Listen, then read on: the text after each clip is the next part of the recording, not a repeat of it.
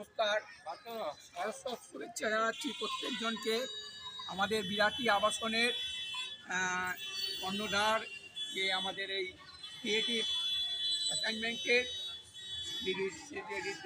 শীতের দা এবং মহানন্দ দা বা আরও যে সম্পাদক মণ্ডলী আছে তাদের উদ্যোগে যে আমাদের এই ক্রিয়েটিভ ইনভেনশনের যে একটা অধ্যায় চলছে, তার যে একটা প্রদর্শনী চলছে এখানে নানা রকম তাদের শৈল্পিক সমস্ত কাজ, ছবি এবং আমাদের নিজস্ব লেখা বই আর আরও নানা রকম হাতের সমস্ত কাজ এখানে প্রদর্শন করা হয়েছে।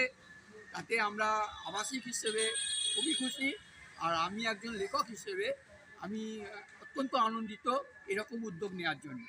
সকলকে আন্তরিক শুভেচ্ছা এবং ভালোবাসা জানাচ্ছি। উদ্যোক্তাদের জন্য রইল আগামী দিনের শুভকামনা।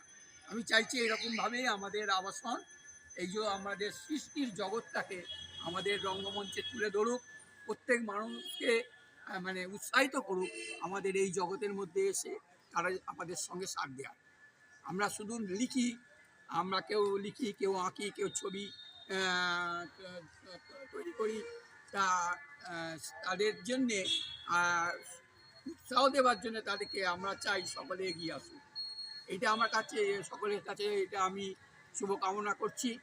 আমার খুব ভালো লাগছে আজকে যে আমি কিছু বলতে পারলাম। আমার লেখা কিছু বই আছে, আমি মূলত উপন্যাস গল্প লিখি। আমার নাম প্রদীপ কুমার দে। আরও উপন্যাস লিখি এবং ধারাবাহিক কিছু আমি দেশে এবং বিদেশে কিছু পত্রপত্রিকায় লিখি। আমার খুব ভালো লাগে এই জাতীয় কাজ করতে।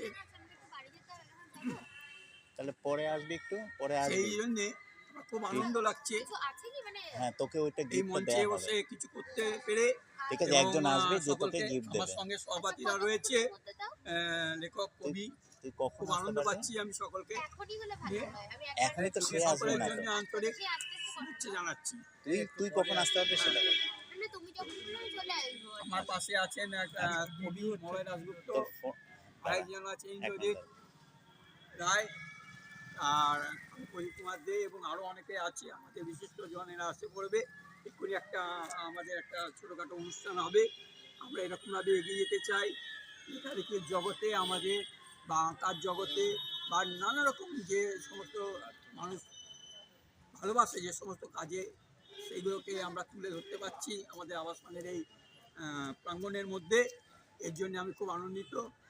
আর কি বলবো যে এইরকম উদ্যোগ যদি কন্টিনিউয়াস মানে মানে চলতে থাকে আগামী দিনে, তাহলে কি হবে যে আমরা যে এখন একটা মানে চলমান যন্ত্রের ওপর, মোবাইলের ওপর আসক্তি এসে যাচ্ছে, সেইটাকে আমরা রোধ করতে পারবো, মানুষ উৎসাহিত হতে পারবে, আর আমরা নিজেরাও আরও অনেক উৎসাহ পাবো আরও কিছু ইনভেনশনের দিকে, নতুন নতুন কাজ করার দিকে।